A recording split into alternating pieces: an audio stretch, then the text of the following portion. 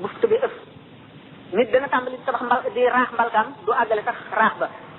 maanaam daal lu mu la fekk fa lay doxe nga xam ne kon foofu science jëmu fi bu ñu seetee xam ne économiste yi fi ñuy xalaatee maanaam tukkital adduna ci dem ba kenn amatul loo lekk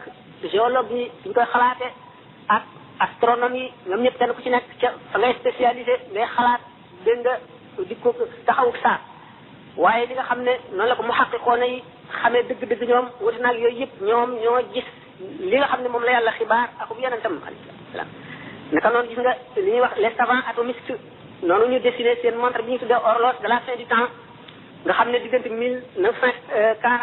1948 ak léegi réglé nañ ko fi ñeenti yoon bépp boo xam ne événement bu mën a tukkal adduna moo xam dégg nga arme nucléaire la bu ñu inventé wala loo xam ne leen xam ne mën a tukkal adduna ñu avancé montre bi mu wuti minuit waxtu woo xamee ne lu indi paix wala leneen loo xam ne découvrir nañ ko wala ñu inventé lu war a mën a indi itam jàmm war a mën a defal adduna ñu dellu ko retardé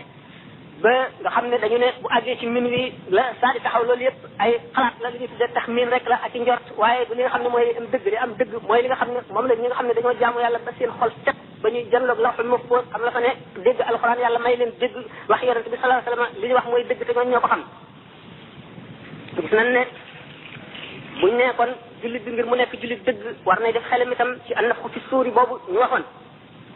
Israfil mi nga xam ne mooy ëpp bufta bi nang seex na ba tey maanaam trompette bi nga xam ne moom lay ëpp muy bufta bi du déglu lu ndigalal yàlla